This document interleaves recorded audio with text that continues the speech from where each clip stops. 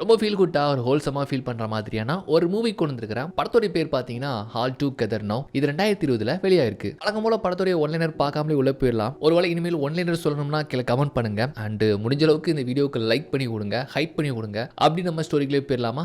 இந்த மூவி ஃபர்ஸ்ட்லேயே போர்ட்லாண்டில் இருக்கக்கூடிய ஒரு ஓல்டேஜ் ஹோம்ல நம்ம படத்தோட ஹீரோனான ஆம்பர் அவங்கள தான் காட்டுறாங்க. ஆம்பர் வந்து நல்லா ஜாலியான பொண்ணுங்க. மற்றவங்களுக்கு இந்த உதவக்கூடிய எண்ணம் அதிகமாகவே உண்டு. நல்லா துருண்டு எப்பவுமே இருந்துட்டு இருப்பாங்க. இப்போ கூட பார்த்தீங்கன்னா இந்த கொரியன் லேடிஸ்க்குலாம் வந்து ஒரு ஓல்டேஜ் ஹோம்ல இங்கிலீஷ் கிளாஸ் எடுத்துட்டு இருக்காங்க. அவங்களுக்கு பெரும்பாலும் இங்கிலீஷ்லாம் தெரியாதுல்ல, அப்படி சம்மந்தப்பட்ட ஒரு கிளாஸ். அதுவும் ரொம்ப சிரமமா இல்லாம பாட்டு பாடி டான்ஸ் ஆடிலாம் வந்து அவங்களை குதூகலப்படுத்தி இப்படிலாம் கிளாஸ் எடுப்பாங்க. அதனால நம்ம ஆம்பரை வந்து எல்லாருமே ரொம்ப பிடிக்கும். ஸோ இவங்க வந்து ரொம்ப கஷ்டப்படுறவங்க யாரு, நம்ம ஹீரோன் வந்துட்டு. ஸோ இப்படி கிளாஸ் எடுக்கிறதுனால அதுல கொஞ்சம் வருமானம் கிடைக்கும். அங்கிருந்து அப்படியே வந்து ஒரு ரெஸ்டாரண்ட்ல 10 பாத்திரங்களா தேய்க்கிறது உண்டு. அதுல கொஞ்சம் காசு கிடைக்கும். ஸோ இப்படி பார்ட் டைமா பார்த்து கொஞ்சம் கொஞ்சம் பணம் சேர்த்துட்டு இருக்காங்க. ஆக்சுவலா நம்ம ஹீரோன் வந்துட்டு ஒரு ஸ்கூல் படிக்கிற பொண்ணு தான். அவரம் சாப்பாடு என்னமோ ஸ்நாக்லாம் வாங்கிட்டு அப்படியே சைக்கிள் தள்ளிக்கிட்டு எங்கேயும் வராங்க. ஆள் நடமாட்டம் எதுவுமே கிடையாது. கொஞ்சம் பார்த்து மறைமுகமா வந்த மாதிரி தெரியுது. அப்புறம் போட்டிருக்கிற வேலையெல்லாம் கடந்து எங்கேயோ திருட்டுத்தனமா வர மாதிரி தெரியுது. ஆக்சுவலா எங்க வராங்கன்னு கேட்டா ஸ்கூல் பஸ்லாம் நிற்கும் தெரியுமா, ஒரு டீப்போ, அந்த இடத்துக்குள்ள தான் வராங்க. தெரியாதனமா ஒரு பஸ்க்குள்ள போய் இருக்கிறாங்க. ஏன்னு கேட்டா இவங்களுக்கு தங்குறதுக்கான நிரந்தரமான ஒரு இடமே கிடையாது, வீடு கிடையாது. இப்படிதான் திருட்டுத்தனமா அந்த மாதிரி ஒரு பஸ்ல வந்து ஏறிக்கிறாங்க. வாங்கிட்டு வந்த ஸ்நாக்கை அவங்க குட்டி நாய்க்கு போட்டுட்டு அவங்களுக்கு உட்காந்து சாப்பிட்டு இருக்காங்க. அந்த நாய் வந்து அவங்களுடைய செல்ல பிராணி அப்படிங்கிறதையும் தவிர்த்து தன்னுடைய ஒரு குட்டி தொலைனா கூட பார்த்துக்கிறா. இப்படி தனிமையில் இருக்கிறவங்களுக்கு வந்து இருக்கக்கூடிய மனசில் உள்ள பாரங்கள்லாம் அந்த மாதிரி செல்ல பிராணிகள் கிட்ட தானே இறக்கி வைப்போம். அப்படிதான் அதுகிட்ட பேசிக்கிட்டே ஸ்நாக்ஸ் சாப்பிட்டு முடிச்சதுக்கு அப்புறமா நியூஸ் பேப்பர்லாம் இருக்கும்ல, அதில் ஏதாச்சும் வீடு வாடகைக்கு கிடைக்குமா, கம்மியான விலையில இருக்குமான்னு சொல்லிட்டு பார்த்துட்டு இருக்கிறாங்க போல. ஸோ இது வரைக்கும் கஷ்டப்பட்ட பணத்தெல்லாம் வச்சு சரி கம்மியான நம்ம ரேஞ்சுக்கு வந்து கிடைக்குமான்னு தான் பார்க்குறாங்க போல. அப்போ வாட்சியும் பார்த்துட்டு இருக்கிறாங்க. யாருக்காக வெயிட் பண்ண மாதிரி தெரியுது. அப்போ ஆம்பர் உனக்கு சாப்பாடு கொண்டு வந்துருக்கிறேன் பாரு அப்படின்ட்டு வராங்க போல யாரோ ஒருத்தங்க. யாருன்னு பார்த்தா அது அவங்களுடைய அம்மா தான். ஸோ அம்மா பொண்ணு வந்து பார்த்தீங்கன்னா இந்த பஸ்ல தான் வந்து அடைக்கலமா தங்கி இருக்கிறத உண்டு. அதுவும் சம்பந்தம் இல்லாமல் இருக்கிற ஸ்கூல் பஸ்ல வந்து தங்குறாங்கன்னு பார்த்தா என்னுடைய அம்மா, அவங்க பேர் வந்து பெக்கி, அவங்க இந்த ஸ்கூல் பஸ்ல தான் பஸ் டிரைவரா வேலை பார்த்துட்டு இருக்காங்க போல. அதனால தான் அந்த தைரியத்துல தான் இங்க வந்து தங்கிட்டு இருக்காங்க. அம்மா இவருக்காக ஏதாச்சும் சாப்பாடு வாங்கிட்டு வந்திருப்பாங்கன்னு பார்த்தா ஜஸ்ட் ஒரு கேக் பீஸ் மட்டும் தான் கொண்டு வந்திருக்காங்க. தங்கம் இதுதான் இன்னைக்கு சாப்பாடா கிடைச்சது, அட்ஜஸ்ட் பண்ணி சாப்பிட்டுக்குவியான்னு கேட்டா ஓகேமா அப்படின்ட்டு வந்து எதுவுமே சலிச்சுக்காம வந்து வாங்கி சாப்பிட்டாலும் ஆமா இது எங்க இருந்து கொண்டு வந்தீங்கன்ட்டு ஒரு கேள்வி ஒரு மாதிரி சந்தேகமா கேட்கறாங்க. ஏன்னு கேட்டா இவங்களுக்கு மத்தவங்க மாதிரி நார்மலா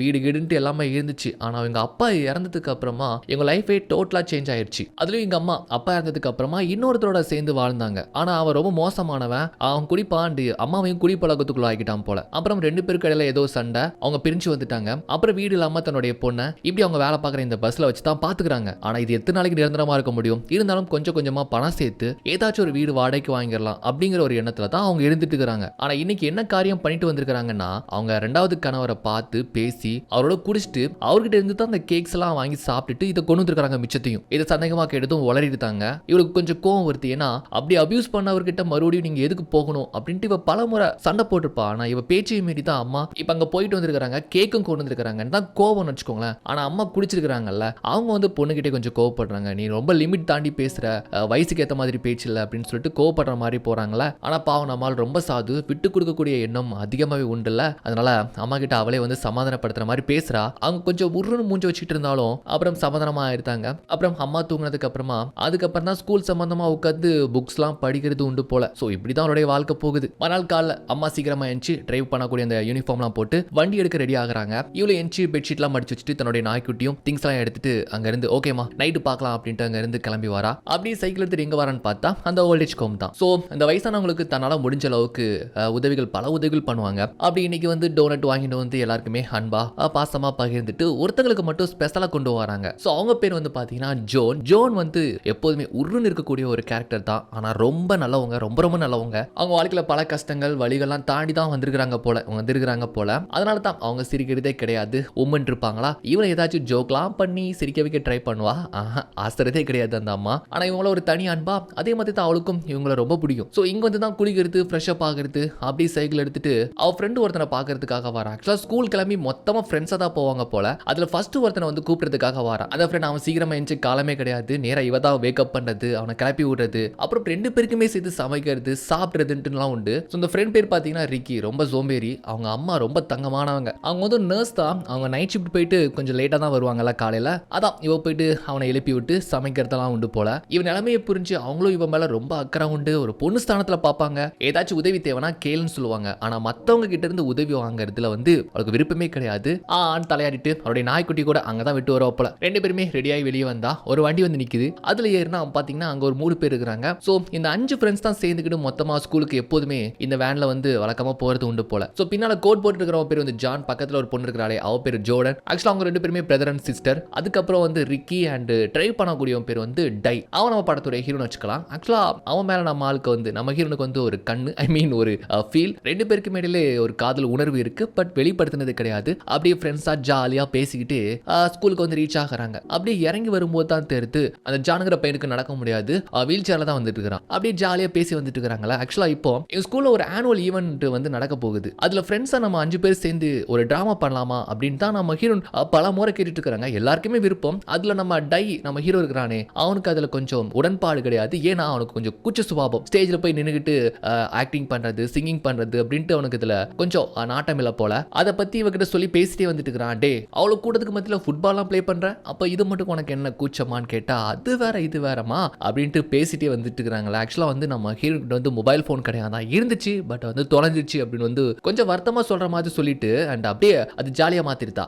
போன் இல்லாம இருந்தாலும் நல்லா தான்பா இருக்கு. முதல் விஷயம் அது நம்ம பிரைவேசிக்குள்ள வருதா, அது போக அதெல்லாம் பார்த்து வேஸ்ட் தான்பா அப்படின்ட்டு அவளுக்குள்ள போன் இல்லைங்கிற வருத்தம் இருக்கு. பட் இப்படி சொல்லி சமாளிக்கிறான்னு சொல்லிட்டு புரிஞ்சுக்கிறான். ஏன்னா டீனேஜ் வயசுல ஒரு போன் கூட இல்லாமனா எப்படிங்க, கொஞ்சம் கஷ்டம் தானே அப்படின்னு தான் தோணுது. எங்கள் ஸ்கூலில் இந்த ட்ராமா நடத்தக்கூடிய அந்த திங்ஸ் எல்லாம் வைக்கக்கூடிய ஒரு ஏரியா உண்டு, ஒரு ரூம் உண்டு. அதை கவனிக்கக்கூடியவர் ஃப்ராங்க்னு சொல்லிட்டு ஒருத்தர் உண்டு போல. அண்ட் நம்ம பசங்க எப்போதுமே சங்கமமாக கூட்டிட்டு இங்கே தான் உட்காந்து அரட்டடிச்சு பேசிட்டு இருப்பாங்க. நம்ம இங்கே இருக்கக்கூடிய பீஸில் தான் அவளுக்கு சம்மந்தப்பட்ட மெயிலெலாம் செக் பண்ணுறது உண்டு. அப்படி செக் பண்ணி பார்க்குறப்போ அவளுக்கு ஒரு இன்பம் அதிர்ச்சிங்க. என்னன்னு கேட்டால் ஆக்சுவலாக நம்ம ஹீரோனுக்கு ஒரு மிகப்பெரிய ஆம்பிஷனே கனவு என்ன தெரியுமா, ஒரு சிங்கர் ஆகணுங்கிறது தான். அது சம்மந்தப்பட்ட ஒரு மிகப்பெரிய புகழ்பெற்ற காலேஜில் வந்து இவ வந்து ஆடிஷனுக்காக அப்ளை பண்ணியிருப்பா. அங்கே அவளுக்காக அட்மிஷன் கிடைச்சிருக்கு. இதை பார்த்ததுமே ஷாக் ஆகிப்பட்டு ஃப்ராங்கா கூப்பிட்டா. இது உண்மையான மெயில் தானான்னு சொல்லிட்டு பாக்குறதுக்குள்ளே தலை சுத்தி போயிடுது. அவங்க ஃப்ரெண்ட்ஸ்லாம் தன்னுடைய தோழி நினைச்சு ரொம்ப பெருமையா இருக்கு. ஆனா என்ன ஒரு விஷயம் கேட்டா அந்த காலேஜ் இருக்கக்கூடிய ஏரியா வேற ஸ்டேட். அந்த ஸ்டேட்டுக்கு இங்க இருந்து போறதா இருந்தா எக்கச்சக்கமா செலவாகும்.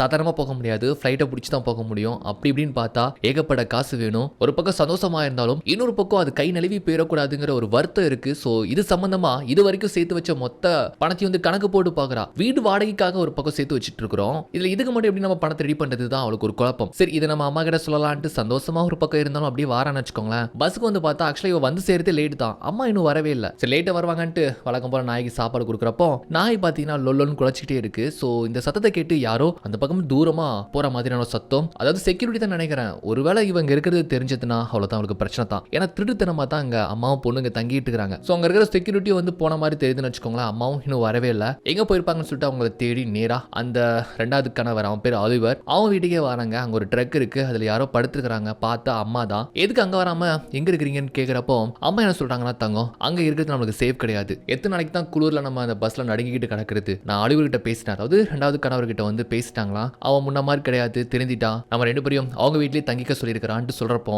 சுருன்னு கோவம் வருது. நீங்க என்ன புரிஞ்சு பேசுறீங்களா புரியாம பேசுறீங்களா, பட்டு உங்களுக்கு சொரணை இல்ல பாத்தீங்களான்னு சொல்றப்போ நம்ம என்ன பண்றதுமா, கையில பணமும் கிடையாது, நீ வேற வயசு பொண்ணு, எத்தனை நாளைக்கு தான் அந்த இடத்துல நம்ம தங்கிக்கிறது, இங்கே நமக்கு சேஃப் தான் சொல்றப்போ இந்த ஆளோட இருக்கிறதுக்கு பேசாம அந்த இடமே பெட்டர் தான் அப்படின்ட்டு அவ அழுத்த திருத்தமா சொல்லிட்டு இருக்க. அதுக்கப்புறம் அம்மா எனக்கு இந்த மாதிரி ஆடிஷனுக்காக அட்மிஷன் கிடைச்சிருக்கு அப்படின்ட்டு சொன்னதுதான் போதும் அம்மாவுக்கு சந்தோஷத்துல ஆனந்த கண்ணீரே வந்துருது. ஏன்னா இது இவளுடைய பல வருட கனவாச்சுல. சோ அது நிறைவேற போகிறது நினைச்சதும் அம்மாவுக்கு வந்து ரொம்ப சந்தோஷம். நம்மளுடைய கவலைகள் கஷ்டங்கள் எல்லாமே மறைஞ்சு போக போகுது, இனிமேல் நம்ம நல்லா இருக்க போறோம் அப்படின்ட்டு அம்மா ரொம்ப சந்தோஷப்படுறாங்க. பொண்ணு நினைச்சும் அவங்களுக்கு ரொம்ப பெருமையா இருக்கு. ஆனா ஒரு விஷயம் சொல்றா, ஆனா அவ்வளவு தூரம் போறதுக்கு என்ற பணம் இல்லையம்மான்னு சொல்றப்போ எங்க பார்ச்சலாம் வாய்ப்பு ஒரு முறை தான் வரும், விட்டுறாதா, மிஸ் பண்ணிடாத. அதான் நீ வீடு வாடகைக்காக வந்து பணம் சேர்த்திருக்கிறியே, அதை எடுத்துக்கோ, யூஸ் பண்ணிக்கோ, டிக்கெட் வாங்கிக்கோ, போயிட்டு வா அப்படின்ட்டு இப்படி சொல்றாங்க. அவளுக்கு கொஞ்சம் தயக்கம். ஏன்னா ஆடிஷன் ரொம்ப முக்கியம். ஆனா வீடு இல்லாம இப்படி ஓடுறதுக்கு நிரந்தரமான ஒரு வீடு முக்கியம் தானே அப்படின்ட்டு கூட அவங்க யோசிக்கிறாங்க, தயங்குறாங்க. அப்படி ஒரு குழப்பத்திலேயே வோல்டேஜ் கம் வந்து அந்த ஜோன் சொல்லிட்டு ஒரு பாட்டி இருக்கிறாங்களே, ரொம்ப ஸ்பெஷலா கவனிச்சுப்பாங்களே, அவங்களோட சேர்ந்து இப்படி ஆடுறப்போ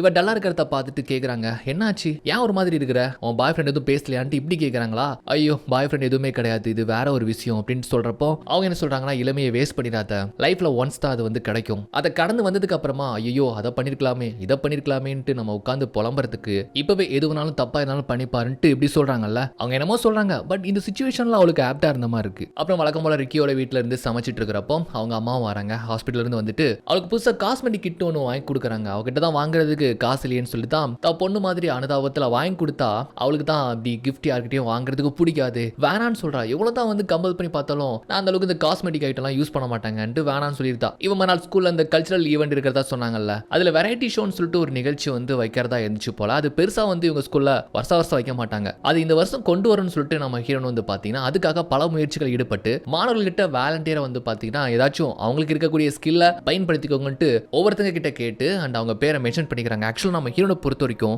ஏதாச்சும் ஒரு நல்ல காரியனா போதும் முதல் ஆளா போய் உதவி பண்றதுக்கு நிப்பாங்க. அது தன்னார்வலரா இருந்து நிறைய நல்ல விஷயங்கள்லாம் பண்ணிருக்காப்ல. சோ ஃப்ரெண்ட்ஸ், யார் யார் என்னென்ன நிகழ்ச்சி பண்ண போறாங்கன்னு சொல்லிட்டு எல்லார்கிட்டயுமே கேட்கறாங்க. எல்லாருமே சரி நான் அதை பண்றேன்னு சொன்னா நம்ம ஹீரோ மட்டும் நான் பின்னால இருந்து நான் உங்களுக்கு உதவி பண்றேன்னு சொல்லுவானா. ஹே, உனக்கு ஏதாச்சும் டேலண்ட் இருக்குடா, யோசிச்சு பாரு, ஏதாச்சும் ஒண்ணு பண்ணலாம் அப்படின்னு சொன்னா அவனுக்கு இந்த ஸ்டேஜ் ஃபியர் இருக்கிறதுனால கொஞ்சம் யோசிக்கிறான், பட் ட்ரை பண்றான் அப்படின்னு சொல்றான். இந்த டிராமா ரூமை கவனிக்கக்கூடிய பிராங்க்ன்ட்டு ஒருத்தர் இருக்கிறாரு. அவரும் நல்ல ஜாலியான ஆள் தான். சார் நீங்க ஏதாச்சும் ஒன்று பண்ணுங்க சார்னு சொன்னா, டே அது ஸ்டூடெண்ட்ஸ்க்கானதுடா, நான் எப்படி கலந்துக்கிறதுன்னு கேட்டா, சார் சும்மா கலந்துங்க சார், ஏதாச்சும் ஒன்று பண்ணுங்க சார், மிரட்டி விட்டுறலாம் அப்படின்ட்டு உங்க சொன்னதும் அப்படிங்கிற ஓகே ட்ரை பண்ணலாமேன்ட்டு அவர் கூட ஜாலியாக சொல்றாப்ல.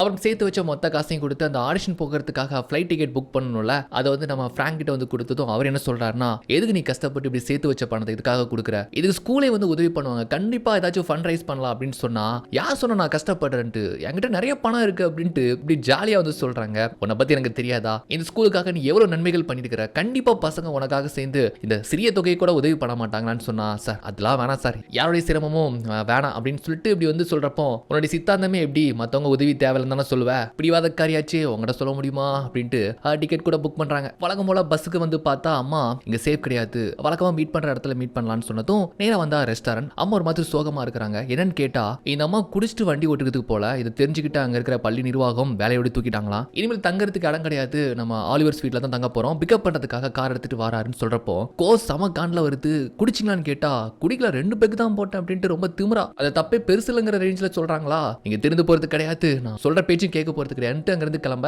அவங்க எவ்வளவு சமாதானப்படுத்தினாலும் அவ கேட்காம அங்கிருந்து வாரா. எங்க போய் தங்கதுன்னு தெரியல, இருக்கவே இருக்கு தெய்வம் தந்த வீடு வீதி இருக்குன்ட்டு ரோட்டோரமா இருக்கக்கூடிய ஒரு பெஞ்சில தன்னுடைய நாயா நல்லா பாத்துக்கிட்டு, பாவம் இந்த குளிர் அதுக்கு ஒத்துக்குமான்னு சொல்லிட்டு நினைச்சு கவலையாவும் இருக்கு. அப்படியே பார்த்துட்டு டைரியில அப்பாவுடைய போட்டோ இருக்கு, ஃபேமிலி போட்டோ, அம்மா எல்லாருமே சேர்ந்த அந்த போட்டோ பாக்குறப்போ அப்பாவை ரொம்ப மிஸ் பண்றா. கண்டிப்பா அவர் இருந்திருந்தா நமக்கு இந்த நிலைமை வந்திருக்காதுன்னு தானே அவ மைண்ட்ல ஓடும். அப்படி ஒரு கவலையில டைரி கையில வச்சுட்டு தூங்கிருந்தாங்களா. இப்ப மறுநாள் காலை பார்த்தா பேக் பேக்க காணும், எது கீழே கீழே விழுந்துட்டா, எங்க போச்சுன்னு பாக்குறா. பார்த்தா இவனோ திருடிட்டு போயிட்டான்னு தெரியுது. அதுல ஆடிஷனுக்கு போகிறதுக்காக அந்த டிக்கெட் போக கொஞ்சம் பணம் இருந்துச்சு, அது போக ஸ்கூல் புக், அதுல முக்கியமா பார்த்தா அப்பா போட்டிருந்த ஒரு டி-ஷர்ட்ங்க, அவருடைய ஞாபகமா வச்சிருப்பா போல. இது எல்லாமே மிஸ் ஆயிருச்சு, ரொம்ப கஷ்டமாயிருது. அவளுக்கு இருக்கக்கூடிய ஆறுதல் யாருன்னு பார்த்தா அவ ஃப்ரெண்ட் தானே. சோ இந்த மாதிரி நம்ம ஹீரோ கிட்ட எல்லாத்தையுமே சொல்றப்போ அவங்க கூட ஆறுதல் படுத்திட்டு இருக்கிறான். சோ இந்த மாதிரி மிஸ் ஆயிருச்சு, எனக்கு என்ன பண்றதுனே தெரியல, எங்க போறதுனே தெரியல, அம்மா போயிருக்கிற பாய் ஃப்ரெண்ட் வீட்டுக்கு போக தோணலன்ட்டு சொல்றப்போ அவன் யோசிச்சு, ஓகே வா இன்னைக்கு சனிக்கிழமை தானே, இன்னைக்கு ஸ்கூல் கிடையாது, நான் உனக்கு தங்குறதுக்கு ஒரு இடம் அரேஞ்ச் பண்ணி கொடுக்குறேன்னு சொல்லிட்டு அவங்களுக்கு சொந்தமான ஒரு வெக்கேஷன் ஹவுஸ் தான் கூட்டு போறான். அது இங்க இருந்து கொஞ்சம் தூரத்துல தான் இருக்கும் போல.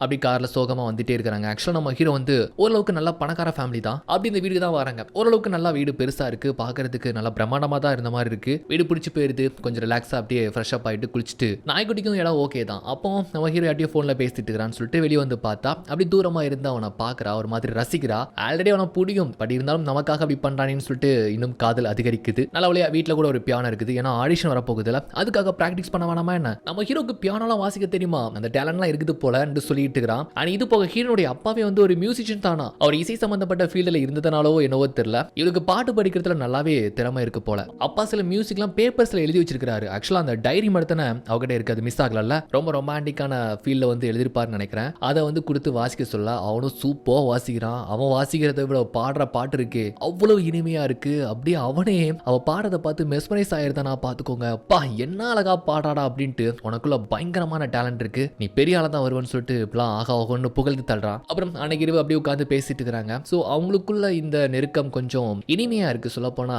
2 பேருக்கிடையில ஒரு காதல் இருக்கிற மாதிரி ஃபீலா இருக்கு. பட் இப்படி தனிமையா இருக்கும் போது நல்லாத்தானே இருக்கும். அப்படி பேசிட்டே இருக்கிறாங்க. அது போக கொஞ்சம் அவ சொந்த கதையெல்லாம் சொல்ல ஆரம்பிக்கிறா. இந்த மாதிரி எங்க அப்பா தான் எனக்கு எல்லாமே, அவர் இறந்ததுக்கு அப்புறமா எங்க வீடே தலைகளை மாறி போயிடுச்சு, நானும் அம்மாவும் வீடு இல்லாம தெரிஞ்சோம். அப்பதான் அம்மாவுக்கு வந்து ஒருத்தர் பழக்கமானாரு, அவருடைய வீட்டுக்கு எங்க அம்மா கூப்பிட்டு போனாங்க. ஒரு 5-6 மாசம் அங்க இருந்தோம். அம்மா அவரால் வந்து குடிப்பழக்கத்துக்கு அடிமையாயிட்டாங்க. அவரும் எங்க அம்மாவும் சேர்ந்து குடிக்கிறது உண்டு. அது எனக்கு சுத்தமா பிடிக்கவே இல்லை. திடீர்னு அம்மாவும் அவரும் சண்டை போட்டாங்க. அப்புறம் வந்து தான் அந்த பஸ்ல கொஞ்ச நாள் தங்கி இருந்தோம். இது எல்லாம் சொல்ல போகதான் இப்பதான் எனக்கு எல்லாமே தெரிய வருது. இது பஸ்லலாம் தங்கினீங்களான்ட்டு. இவ்வளவு நாளா இருக்கக்கூடிய கஷ்டங்கள்லாம் மறைச்சி சந்தோஷமா நம்ம கூட பழகிற மாதிரி பழகிருக்காளே அப்படின்னு தான் அவனுக்கு ரொம்ப கஷ்டமா இருக்கு. அவளை ஆறுதல் படுத்துறான். அப்புறம் இந்த வீக்கெண்ட் வந்து ரொம்ப சந்தோஷமா அந்த வெக்கேஷன் ஹவுஸ்ல 2 பேருமே சேர்ந்து அந்த நாய்க்குடியோட சேர்ந்து ரொம்ப இனிமையா கழிக்கிறாங்களா. 2 பேருக்கடல காதல் இருக்குது. பட் வந்து அது வெளிப்படுத்திக்கல. ஒரு ஃப்ரெண்ட்லியா தான் 2 பேருமே ஜாலியா அங்க இருந்துட்டு இருக்காங்க. அண்ட் அது போக அப்பப்போ அந்த ஆடிஷன் சம்பந்தப்பட்ட பிராக்டிக்ஸ்லாம் சிங்கிங் பிராக்டிக்ஸ்லாம் வந்து பயங்கரமா பண்ணி ஓரளவுக்கு வந்து நல்லா அவங்களோட ஸ்கில்லாம் இம்ப்ரூவ் பண்றாங்க. 2 நாள் கடந்து போயிருது. ஸோ எத்தனை நாளைக்கு தான் இங்கே இருக்குதுன்னு சொல்லிட்டு அவ என்ன பண்றான்னா, இனிமேல் வந்து நாங்க இருக்கல, எங்க ஃப்ரெண்ட் ரிக்கி வீடு இருக்குல்ல அங்க போய் இருந்துக்கிறேன்னு சொல்றாப்ல. அவங்க அம்மா நல்லபடியா பாத்துப்பாங்கல்ல, அவங்க மேல ஒரு நம்பிக்கையோட நான் அங்க இருக்கிறேன்னு சொல்லிட்டு இவனை சொன்னதும் இவனும் சொல்றான், பேசாம இங்க இரு, நான் உனக்கு துணையா இருக்கிறேன், எங்க வீட்டுல எதுவும் சொல்ல மாட்டாங்க, நான் பாத்துக்கிறேன்னு சொன்னா, இல்லப்பா நான் உனக்கு சிரமம் கொடுக்கல, அங்க இருந்தா கூட அவங்களுக்கு சின்ன சின்ன உதவிகள் பண்ணிட்டு நான் அங்கேயே மேனேஜ் பண்ணிப்பேன், அங்கே கொண்டு என்ன விட்டுன்னு சொன்னதுனால ஓகே ஓம் பிடிவாதம், நீ என்ன சொன்னா கேட்கவா போறேன்ட்டு அங்கே கொண்டு விடுறான். வந்ததுமே ரிக்கியோட அம்மா கிட்ட நடந்ததை பத்தி எல்லாமே சொல்றான். அவங்க பேர் வந்து டோனா. அவங்க ஒண்ணுமே சொல்லல, பிரச்சனை இல்லம்மா நீ இங்கே இருந்துக்கோன்னு சொல்றாங்க.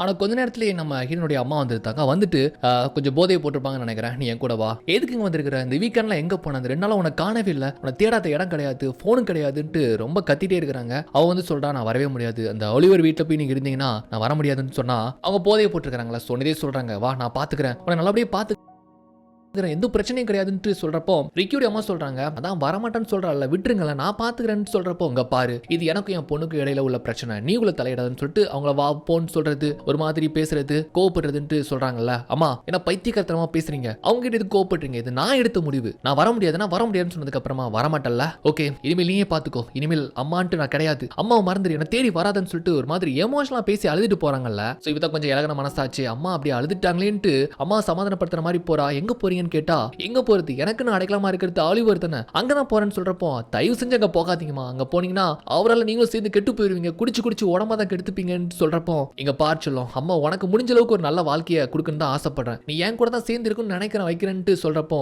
தயவு செஞ்சுமா அம்மா அவரோட இருக்காதீங்கம்மா, அவரை விட்டு நீங்க வாங்க, கண்டிப்பா நம்ம 2 பேரும் எங்கேயாச்சும் வீடு பார்த்துருக்கலாம்னு சொன்னா அதுக்கு அவங்க முடியாதுன்னு சொல்றாங்கன்ட்டு அங்க இருந்து போயிட்டே இருக்கிறாங்க. அப்படி போறப்போ கொஞ்சம் கஷ்டமா தான் இருக்குது, என்ன பண்றது, அதுக்கிட்ட ஒரு மோசமானவர் கூட சேர்ந்து இருக்க முடியுமா. ரிக்கியோட அம்மா சொல்றாங்க, உனக்கு இங்க தேவையான எல்லாமே இருக்கு, நீ எதை நினைச்சு கவலைப்பட வேணான்ட்டு சொல்றப்போ ஆறுதல் படுத்துறப்போ, எங்க அம்மா அவங்க கிட்ட அப்படி பேசினதுக்கு மன்னிப்பு கேட்டுக்கிறா. அதெல்லாம் ஒரு பிரச்சனை கிடையாது, நீ எதை போட்டு குழப்பிக்காத, உன் ஆடிஷனுக்காக மட்டும் நீ ஃபோக்கஸ் பண்ணு சொல்லிட்டு ரொம்ப வந்து அவளை தைரியப்படுத்துறாங்க. இவன் மறுநாள் கிளாஸ்ல இருக்கும்போது 2 போலீஸ் ஆஃபீஸர் உங்களை பார்க்க வந்ததா சொல்லிட்டு கூப்பிட்டு வராங்க. என்னன்னு கேட்கிறப்போ, இந்த மாதிரி ஆக்சுவலா என்னன்னு கேட்டா, அவங்க அம்மாவும் அந்த ஆலிவர்னு சொல்லிட்டு இருக்காங்களா 2 பேருமே ஒரு கார் விபத்தில் இறந்து போயிட்டாங்களா. 2 பேரும் போதையை போட்டு தான் அதிவேகமா ஓட்டி எங்கேயோ விபத்துக்குள்ளாகி இறந்துட்டாங்க போலான்ட்டு இந்த தகவல் வந்து சொன்னதும் பாருங்க, அப்படியே ஒரு மாதிரி அதிர்ச்சிக்குள்ளாயிருந்தா. அவளால் எதுவுமே பேசிக்கவே முடியல, ரொம்ப திடமா இருக்கிற மாதிரி தெரியுது. ஆனா அப்படி பாத்ரூம் வந்து அவ அம்மாவை நினைச்சு ரொம்ப கதறி ஃபீல் பண்ணி அழுறா. அவ்வளவு கஷ்டமா இருக்கும். ஆக்சுவலா இந்த மாதிரி அம்மா இறந்தது பாத்ரூம்ல கதறி அழுற சீன் எந்த படம் ஞாபகப்படுத்துதுன்னு சொல்லுங்க. ஸோ அந்த ரேஞ்சுக்கு வந்து ரொம்ப அம்மா வந்து நினைச்சு அழுறா. அப்புறமா ஆலிவருடைய வீட்டில் இருந்த அம்மாவுடைய திங்ஸ் இவர் கைக்கு வந்து சேர்த்து, அதில் அம்மாவுக்கு பிடிச்ச ஒரு போய்ட்ரி புக் அண்ட் அவங்க ஃபேமிலி ஆல்பம், அதாவது ஹீரோனோட அப்பா இருந்தாங்கல்ல அந்த டைம்ல இவ சின்ன வயசா இருக்கும்போது எடுத்துக்கிட்ட ஆல்பம் போல, அதை அப்படி புரட்டி பார்க்குறப்போ பழைய ஞாபகங்கள் அப்படியே அம்மாவையும் அப்பாவையும் இந்த இடத்துல ரொம்ப மிஸ் பண்றா. இது போக மியூசிக் ஆல்பம்கான சீடிஸ்லாம் இருக்கு போல, அதெல்லாம் அம்மா இவளுக்காக வச்சிருக்காங்க. அம்மாவோட இறப்புல இருந்து மீண்டு வர முடியல, அதையும் தவிர்த்து அவளுக்குள்ள ஒரு குற்ற உணர்ச்சி என்னன்னு கேட்டா, அம்மா மட்டும் தடுத்து அன்னைக்கு நம்ம கூட வச்சிருந்தா கண்டிப்பா அவங்க இன்னைக்கு இருந்திருப்பாங்க, எதுவுமே ஆயிருக்காதுன்ட்டு அதை நினைச்சு தான் வருத்தப்படுறா போல. ரொம்ப சோகமா இருந்துட்டு இருக்கா. ஸ்கூல்ல வந்து அந்த கல்ச்சரல் ஈவென்ட் கூட வரப்போகுது, அது சம்பந்தமா எல்லாமே பிராக்டிஸ் பண்ணிட்டு இருக்காங்க. இவ தான் ஆரம்பிச்சு வச்சது, பட் இவளே கூட அதுல எதுவுமே இன்ட்ரெஸ்ட் இல்லாம இருந்துட்டு இருக்கா. பாத்தீங்களா, சரி கொஞ்சம் டைம் போகட்டும், அவளுக்கு டைம் கொடுக்கலாம், கொஞ்சம் அதுல இருந்து ரிலாக்ஸ் ஆகட்டும் அப்படின்ட்டு யோசிக்கிறாங்க. ஸோ இவங்க டீம் என்னால தான் ஆச்சுன்னு சொல்லிட்டு புலம்புறா. அவனும் சமாதானப்படுத்துறான், இது உன்னுடைய ஃபால்ட் கிடையாது, சரி என்ன பண்றதுன்னு சொல்லிட்டு கொஞ்சம் ஆறுதல் படுத்துறான்னு வச்சுக்கோங்களேன். ஒரு பாட்டிகளுக்கு எடுக்கக்கூடிய அந்த இங்கிலீஷ் கிளாஸ்ல கூட அவரால் கவனம் செலுத்த முடியல, அப்படியே வந்து ரொம்ப ஃபீல் பண்றா. திடீர்னு பார்த்தா அங்க இருந்து கிளாஸ்ல பாதிலே வந்துதா. இது போக இவளால் சரியா தூங்க முடியல. சொல்ல போனா அம்மாவோட இழப்பு இவளுக்கு ஒரு மிகப்பெரிய தாக்கத்துக்குள்ளாக்குது. அதுல இருந்து அவளால் மீண்டு வரவே முடியல. தூக்கத்துல இருந்து கூட சடனா முழிச்சிட்டு நேரா என்ன பண்றானா, அம்மாவும் இவளும் தங்கியிருக்கக்கூடிய அந்த டீப்போ தான் வரா. அங்க வந்து அம்மா ஓட்டக்கூடிய அந்த வண்டியெல்லாம் பார்த்து ரொம்ப ஃபீல் பண்றா, ரொம்ப அம்மாவை மிஸ் பண்றா. ஸோ லைஃப்ல தனக்குன்ட்டு ஒரு ஆறுதலா இருந்தது அம்மா மட்டும் தானே. என்னதான் அவங்க வந்து குடிக்கிறது வைக்கிறது இருந்தாலும் கடைசி மூச்சு வரைக்கும் தன்னுடைய நலனுக்காக அவங்க யோசிச்சதை பத்திலாம் நினைச்சு தான் வருந்துறான்னு நினைக்கிறேன். கடுமையான சூழ்நிலையில தான் நாளைக்கு அவளுக்கு ஆடிஷன், அதுல போய் எப்படி பெர்ஃபார்மன்ஸ் பண்ண முடியும், எப்படி தன்னுடைய திறமையை வெளிப்படுத்த முடியும், கண்டிப்பா முடியாது தெரியுமா. ஸோ இதனால ஃப்ராங்க் வந்து அட்வைஸ் பண்றாரு, நீ ரெடி ஆயிட்டியான்னு கேட்டா யா ஷுவர் அப்படின்ட்டு சாதாரணமா சொல்றா. பட் அவ வந்து இன்னும் வெளியே வரல அம்மாவுடைய துக்கத்துல இருந்து. இப்படி இருந்து வச்சுக்கோ, ஒண்ணுமே பண்ண முடியாது, நம்ம கனவு அது, மிஸ் பண்ணிடாத, சொதப்பிடாத, உன் லட்சியத்துக்காக கவனம் செலுத்து, அம்மாவுக்காக இதை பாரு. இப்படி சோகமா இருக்கிறத அம்மா பார்த்தா கண்டிப்பா அவங்க சந்தோஷப்படுவாங்களா? இல்ல வா அழுந்து மீண்டு வா அப்படின்னு சொல்லிட்டு தைரியப்படுத்துறாரு. ஓகேன்னு சொல்லிட்டு கொஞ்சம் புன்னகையோட வீட்டுக்கு வரா. சோ நாளைக்கு காலை தான் ஃபிளைட் போல, எல்லாமே ரெடி பண்ணிட்டியா? பணம் இருக்கான்னு கேட்கிறப்போ அம்மா கொஞ்சம் பணம் விட்டு போயிருப்பாங்கன்னு நினைக்கிறேன். பணம் இருக்கு, ஒன்றும் பிரச்சனை கிடையாது, ஓகே நல்லபடியா போயிட்டு நல்லா சிறப்பா முடிச்சுட்டு சொல்லிட்டு அன்னைக்கு நாள் இரவு பேசிட்டு அன்னைக்கு ஒரு அதிகாலையில் எந்திக்கிறப்போ நாய்க்குட்டி இருக்கும் தெரியுமா, அது காணவே இல்லை, எங்க போச்சுன்னே தெரியல. பார்த்தா அது வெளியே ஒரு மாதிரி சோகமா படுத்திருக்கு. அப்போ உடனே அதுக்கு ஏதோ உடம்பு சரியில்லைன்னு தெரிஞ்சு போகுதுன்னு வச்சுக்கோங்களேன். நேரா டாக்டர் கிட்ட போய் எடுத்துட்டு போனா அவருக்கு ஒரு இடி இறங்குற மாதிரி ஒரு விஷயத்தை சொல்றாங்க. அதாவது நாய்க்கு வந்து உள்ள இருக்கக்கூடிய மண்ணீரல்ல ஏதோ ஒரு கட்டி இருக்காங்க, அதை சர்ஜரி பண்ணி ரிமூவ் பண்ணணுமா, இல்லனா நாயோட உயிருக்கே ஆபத்துன்னு சொல்றாங்க. இவருக்கு என்ன பண்றதே தெரியல. இப்ப கண்டிப்பா ஆபரேஷன் பண்ணி ஆகணும். கிட்டத்தட்ட அதுக்கு ஒரு $8000 கிட்ட செலவாக போகுது. பணம் அந்த அளவுக்கு இல்ல, ஆடிஷன் போகிறதுக்காக கூட கொஞ்சம் தான் பணம் வச்சிருக்கா. என்ன பண்ணனே தெரியல. ஒரு பக்கம் ஃபிளைட்டை பிடிக்கணும், ஆடிஷன் போகணும், இன்னொரு பக்கம் இந்த நாய்க்குட்டி வேற இவன் வேற இப்படி ஆயிட்டானேன்னு சொல்லிட்டு ரொம்ப கஷ்டமாயிருது. ரொம்ப ரொம்ப மனசொடைஞ்சு போய் தான் வீட்டுக்கு வரா. இதை பாக்குறப்போ ஒரு சாதாரண நாய்க்குட்டி தானே, அதுக்கு எவ்வளவு சீனா அப்படின்னு கேட்டா அப்படி இல்ல, நான் குடும்பத்துல ஒருத்தனை பாக்குறா. அப்பா அம்மாவுக்கு அப்புறமா இருக்கக்கூடிய ஒரு பந்தம்னா அது வந்து நாய்க்குட்டி தான் சொல்லிட்டு நினைச்சு நாயின் கூட சொல்ல மாட்டா. அது பேர் பாபி, பாபி தான் சொல்லுவான்னு வச்சுக்கோங்களேன். யாராச்சும் நாயின் சொன்னா கூட அவளுக்கு வந்து கோவம் தான் வரும். அந்த அளவுக்கு தன்னுடைய ஒரு நண்பனா வந்து பாக்குறான்னு வச்சுக்கோங்களேன். அதுக்கு இப்படி ஆயிடுச்சுன்னு சொல்லி தான் ரொம்ப கஷ்டம் அண்ட் கவலையில இருக்கிறா. உடனே ரிக்கியோட அம்மா கேட்கறாங்க, என்ன ஆச்சு, எங்க போன, உன் ஃபிளைட் போயிடுச்சு தெரியுமா, நீ மிஸ் பண்ணிட்ட, உன் ட்ரீமே அதுதானு சொல்லிட்டு சொல்றப்போ அவளு வந்து ரொம்ப சோகமா இப்படி நாய்க்கு ஆயிடுச்சுன்னு சொல்றா. அவங்களுக்கு கொஞ்சம் கஷ்டம் தான், பட் இருந்தாலும் ஒரு நாய்க்குட்டிக்காக இப்படி அவளுடைய ட்ரீமே விட்டுட்டாலேன்னு சொல்லி தான் அவங்க யோசிக்கிறாங்க. இப்போ வந்ததுமே என்ன பண்றானா, தாங்கிட்ட இருக்கக்கூடிய மொத்த பணம் எவ்வளவு அண்ட் எவ்வளவு சம்பாதிச்சா நாய்க்கு வந்து நம்ம ட்ரீட்மெண்ட் பண்ணலாம்னு சொல்லிட்டு அதை பத்தி நான் ஒரு கால்குலேட் பண்ணிட்டு இருக்காங்கல்ல. ஒரு நாளைக்கு 16 மணி நேரம் வேலை பார்த்து கிட்டத்தட்ட 10 வாரத்துக்கு மேல ஒர்க் பண்ணா மட்டும் தான் இவளுக்கு தேவையான அந்த $8000 கிடைக்கும் போல. இதை மும்மரமா அவங்க பார்த்துட்டு இருந்தப்போ அங்க இருந்து ரிக்கியோட அம்மா ஒரு நல்ல விஷயத்த சொல்றாங்க. இந்த மாதிரி ஆடிஷனுக்கு வர முடியாததுனால அந்த காலேஜுக்கே பேசி இவங்க வந்து ஒரு வாரம் கழிச்சு அதுக்கான டேட் வந்து வாங்கியிருக்காங்க. ஸோ இந்த விஷயத்த சொல்றப்போ நீ ஒரு வாரம் கழிச்சு கூட போய்க்கலாம், ஒன்றும் பிரச்சனை கிடையாதுன்னு சொல்றப்போ அவ என்ன சொல்றானா, நான் வந்து ஆடிஷன் போகிறது இல்ல, இனிமேல் ஸ்கூலுக்கு கூட நான் போக மாட்டேன் அப்படின்னு சொல்றா. காரணம் என்னன்னு கேக்குறப்போ இதுதான் என்னுடைய தலைவிதி, என் வாழ்க்கையில நான் ஆசைப்பட்டது எதுவுமே நடக்காது. சின்ன வயசா இருக்கும்போது அப்பாவை இழந்தேன், வளர்ந்ததுக்கு அப்புறமா என் கூட துணையா இருந்த என்னுடைய அம்மாவை இழந்தேன். என்னுடைய கனவை நிறைவேற்றலான்னு பார்த்தா என் கூட எப்பவுமே செல்லமா இருக்கக்கூடிய என் பாபி அவனையும் இழக்க நான் விருப்பம் இல்லை. வாழ்க்கையில நான் கஷ்டப்பட்டு பழகிட்டேன். இனிமேலும் வந்து எனக்கு இந்த ட்ரீம் பேஷன் சொல்லிட்டு அதுக்கு பின்னால போக இஷ்டம் இல்லை. எனக்கு எதுவுமே நல்லதே நடக்காது, என் வாழ்க்கையில துன்பங்கள் மட்டும் தான் அனுபவிக்கணும்ட்டு கடவுள் எழுதி வச்சுட்டான்னு நினைக்கிறேன். ரொம்ப மனம் தளர்ந்து இப்படி சொல்ல அவங்க எவ்வளவு எடுத்து சொல்றாங்க, என்ன லூசு மாதிரி பேசுற, அதுதான் உன்னுடைய கனவு, அதுக்காக தான் இவ்வளவு நாள் போராடுறேன்ட்டு சொல்லி அட்வைஸ் பண்ணா கூட அவ கேட்கறதில்ல. இப்போதைக்கு எப்படியாச்சும் பணம் சேர்த்து என் பாபியை காப்பாற்றணும் அப்படின்னு தான் இப்படி சொல்லிட்டே இருக்கிறா. அவங்க ஒரு சாதாரண நாயின்கிற ரேஞ்சில் தான் யோசிக்கிறாங்கல்ல, டக்குன்னு கோவப்பட்டுருதா. இவன் வேணா உங்களுக்கு சாதாரணமான ஒரு நாயா இருக்கலாம், ஆனா இவன் தான் எனக்கு எல்லாமே, இவனுக்கு எதுவும் ஆக விட மாட்டேன், என்கிட்ட இருந்து இவனை இழக்கவும் முடியாதுன்னு சொல்லிட்டு அங்கிருந்து கோவப்பட்டு போறாள். ஆக்சுவலா அவ கோவப்படுறதுக்கு அவங்க எந்த ரியாக்ஷன் காட்டிக்கல. சோ ஓகே, அவளுக்கு இருக்கக்கூடிய வேதனைகள் அவளுக்கு தான் தெரியும் சொல்லிட்டு சாதாரணமா விடுறாங்க. இதுக்கப்புறம் சோகத்துடைய உச்சிக்கு போற அவ என்ன பண்றானா, அவ வேலை பார்க்குற அந்த ரெஸ்டாரண்ட்லேயே ஃபுல் டைம் ஜாபா பார்க்குறா. அந்த எடுபடி வேலைகள், 10 பாத்திரம் தேய்க்கிறதுன்ட்டு இதெல்லாம் கேள்விப்பட்டு நம்ம ஹீரோ வரான்ல, இந்த மாதிரி கோவப்படுறான். உனக்கு என்னாச்சு, ஏன் ஆடிஷன் போகல, ஸ்கூலுக்கு வரலன்ட்டு கேட்கிறப்போ அவ வந்து சொல்றா, தயவு செஞ்சு அங்கிருந்து போறியா, எனக்கு எப்படி சொல்றதுனே தெரியல அப்படின்ட்டு சொல்றப்போ ஓகே புரியுது, பாபிக்கு உடம்பு சரியில்லை, அதுக்கு பணம் தேவை, அந்த பணம் நான் அரேஞ்ச் பண்ணி கொடுக்குறேன், எங்க அப்பா அம்மா கேட்டா கண்டிப்பா தருவாங்க, நீ சும்மா கொடுத்தா வாங்க மாட்டேன்னு தெரியும், நீ வந்து லோன் போட்டுக்கோ, ஏதாச்சும் கொடுக்குற மாதிரி மாசம் மாசம் கொடுக்குற மாதிரி கூட கொடுத்துக்கோ அப்படின்னு சொன்னா கூட அவ இருக்கிற பிடிவாதத்துக்கு எனக்கு வேணாம் நான் பாத்துக்கிறேன் அப்படின்னு தான் எப்படி சொல்றா. அவனுக்கு செம்ம டென்ஷன் ஆகுது, என்ன பாத்துக்கிறேன், நீ எத்தனை பேருக்கு உதவி பண்ணிருக்கிற, உனக்கு ஒருத்தங்க உதவி பண்ணா ஏன் வேணான்னு சொல்ற, ஒருத்தங்க நம்மளுக்கு உதவி பண்றதுனால நம்ம ஒன்னும் குறைஞ்சு போறது கிடையாது, உனக்கு ஒன்னும் கௌரவ குறைச்சல் கிடையாதுன்னு சொல்லிட்டு இப்படி பேசினா கூட அவ ரொம்ப சோர்ந்து போயிருக்கிறா. டை நான் உனக்கு எப்படி சொல்லி புரிய வைக்க போறேன்னு தெரியல, என் லைஃப்ல எதுவுமே சரியா போகலடா, நான் வந்து ரொம்ப நொந்து நூலாயிட்டேன்டா, எனக்கு எதுவுமே தேவையில்ல, நான் பாத்துக்கிறேன், நீ கிளம்பு அப்படின்னு தான் சொல்ற மாதிரி சொல்லும்போது